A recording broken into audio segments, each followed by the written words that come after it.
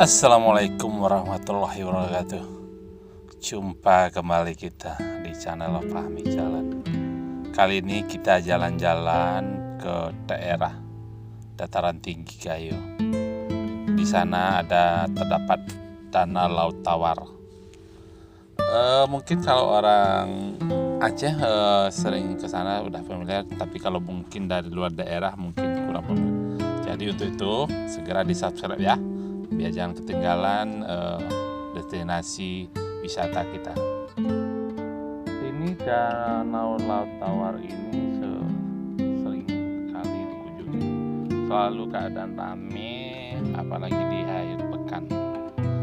Biasanya di sana full kendaraan bisa macet.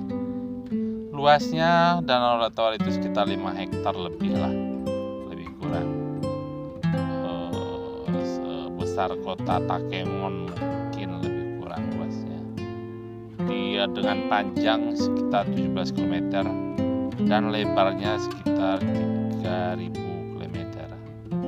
Di sana kita bisa nyaman santai-santai duduk-duduk bersengkrama bersama keluarga, atau mungkin bisa melakukan aktivitas lain sesuai dengan keinginan kita di sana, atau hanya sekedar duduk-duduk aja menikmati keindahan panorama alam bersama keluarga.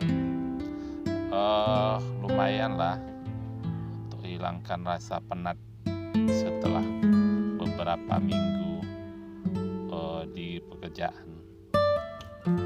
Di sekitar Danau Laut Tawar itu berbagai fasilitas yang ada. Mungkin kita sekedar untuk ada camp tendanya, itu bisa kita sewa per malam kurang lebih 200.000 lah. Tapi kalau untuk villa-villanya ya variasi, ada yang sekitar 800 sampai 1.500.000 juga ada.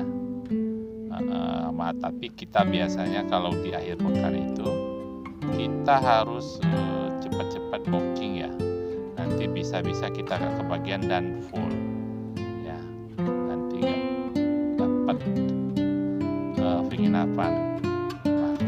Memang itu.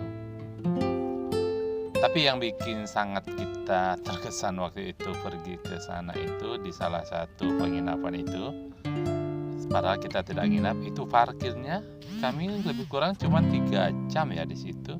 Itu 50.000. Ya, memang kita juga nggak ngerti ya kenapa begitu sampai mahal.